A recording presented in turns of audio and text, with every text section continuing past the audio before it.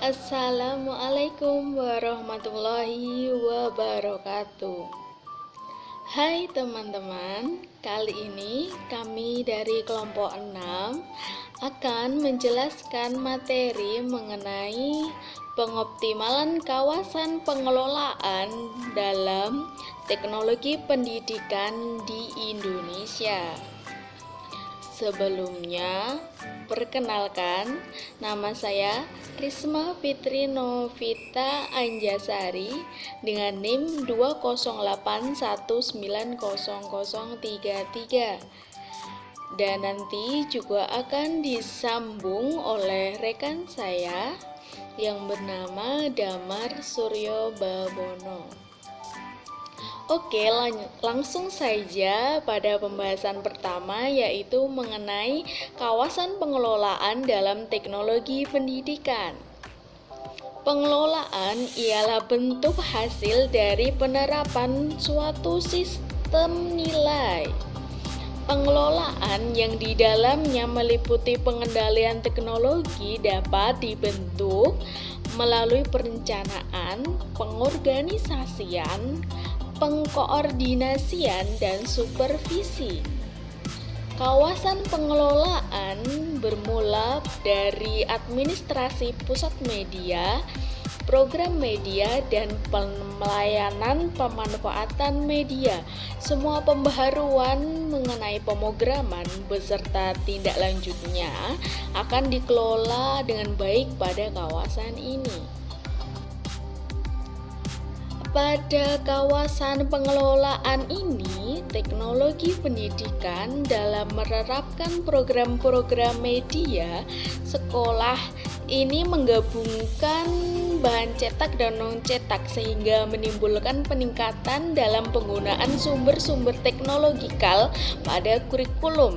Bila mana semakin sulit praktek pengelolaan dalam bidang teknologi pembelajaran ini, teori dalam pengelolaan umum mulai diterapkan dan diadaptasi.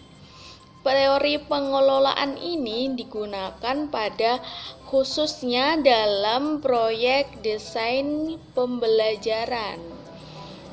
Teknik dalam pengelolaan proyek-proyek tersebut akan terus dikembangkan dengan mengkolaborasikan kebersamaan dengan bidang lain. Keberhasilan sistem pembelajaran jarak jauh bergantung pada pengelolaannya karena lokasi yang menyebar. Oleh karena itu, pemerolehan informasi akan menjadi sangat penting dalam keberlangsungan pembelajaran tersebut. Tersedianya teknologi beserta kepengelolaannya akan membuka banyak kemungkinan untuk mendesain pembelajaran khususnya dalam pengembangan dan implementasi kurikulum dan sistem pembelajaran yang telah dirancang. Ada beberapa indikator pengelolaan yang perlu sekolah terapkan.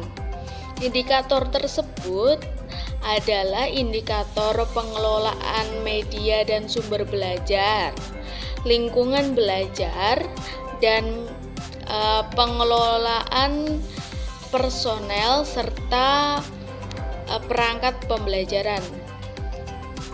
Nah, dari indikator-indikator tersebut hendaknya memang harus diterapkan oleh sekolah, karena dengan diterapkannya indikator tersebut maka akan menunjang kemajuan dan keunggulan dari sekolah. Assalamualaikum warahmatullahi wabarakatuh. Nama saya Damar Suryo Bawono, NIM 2081945. Di sini saya akan menjelaskan tentang komponen-komponen kawasan pengelolaan dalam teknologi pendidikan. Komponen dalam kawasan pengelolaan pada teknologi pendidikan terdiri dari 1. Pengelolaan proyek. Pengelolaan proyek meliputi perencanaan, monitoring, dan pengendalian proyek dari desain dan pengembangan. Pengelolaan pada bidang ini menitikberatkan pada tahap-tahap yang menyelimuti fungsi desain pembelajaran, diantaranya adalah melakukan perencanaan, penjadwalan, dan pengendalian dari fungsi desain pembelajaran. Kedua, pengelolaan sumber. Pengelolaan sumber dalam hal ini mencakup perencanaan, pemantauan, dan pengendalian dari layanan dan sistem pendukung sumber. Pengelolaan sumber difokuskan untuk mengatur pengendalian akses. Yang dimaksud sumber dalam hal ini bukanlah terpaku pada buku saja, melainkan sangat kompleks, meliputi personil, keuangan, bahan baku waktu, sumber pembelajaran, dan fasilitas. Yang ketiga, pengelolaan sistem penyampaian. Pengelolaan sistem penyampaian mencakup perencanaan, pemantauan, dan pengendalian pendistribusian bahan pembelajaran dilaksanakan atau digunakan. Hal ini memberikan makna bahwa pada dasarnya akan terjadi penggabungan antara medium dan cara penggunaan yang dipakai dalam menyajikan atau menyampaikan informasi. Selain itu, pengelolaan sistem penyampaian juga memberikan perhatian khusus terhadap permasalahan produk yang meliputi pemberian persyaratan perangkat keras atau lunak dan juga dukungan secara teknis baik kepada pengguna maupun juga operator. Yang keempat, pengelolaan informasi. Pengelolaan informasi memiliki fungsi bagian yang meliputi perencanaan, pemantauan, dan pengendalian. Dari proses penyampaian, pengiriman atau pemindahan dalam pemrograman informasi dalam rangka tersedianya sumber untuk kegiatan belajar mengajar atau pembelajaran. Selain itu, pentingnya pengelolaan informasi juga memiliki potensi dalam perombakan kurikulum dan aplikasi desain. Maka bisa ditarik kesimpulan bahwa dalam pengelolaan informasi, sumber harus konkret serta proses penyampaiannya juga harus maksimal, karena akan sangat berpengaruh dalam penyediaan informasi yang akan digunakan atau dipraktekkan terhadap sistem belajar mengajar. Selanjutnya saya akan menjelaskan tentang pengoptimalan kawasan pengelolaan dana teknologi pendidikan di Indonesia.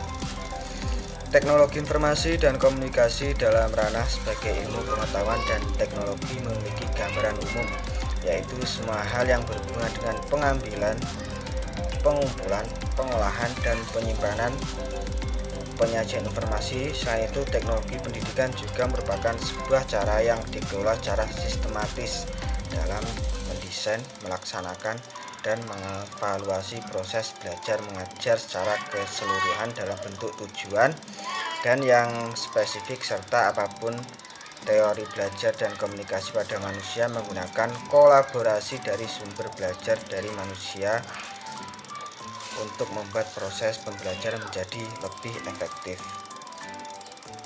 Jika ditinjau kembali pada kondisi saat ini, perkembangan teknologi informasi khususnya di Indonesia semakin modern dan berkembang dengan baik. Selama pandemi COVID ini, pembelajaran di rumah atau online menjadi solusi yang menghabiskan pelajaran sisa semester. Pembelajaran online atau daring ini diartikan sebagai pengalaman transfer pengetahuan menggunakan video, audio, gambar, komunikasi, teks, dan perangkat lunak. Untuk usaha pengoptimalan penggunaan kawasan pengelolaan seperti yang sudah dijelaskan di materi sebelumnya, bahwa ada indikator yang perlu diperhatikan, yaitu perencanaan, pengontrolan, dan pengendalian. Pada proses pengelolaan, dari segi pengendalian yang diutamakan adalah proses pada sistem penyampaian informasi dan penyediaannya. Pada dasarnya, untuk menciptakan pendidikan yang berkualitas harus didukung dengan proses pembelajaran yang berkualitas. Pembelajaran yang berkualitas dapat dilihat dari tingkat efektivitas dan nilai atau prestasi yang dihasilkan. Dengan adanya teknologi dalam rangka pengoptimalan pada kawasan pengelolaannya akan memberi effort yang memuaskan. Sekian penjelasan dari saya, kurang lebihnya mohon maaf. Wassalamualaikum warahmatullahi wabarakatuh.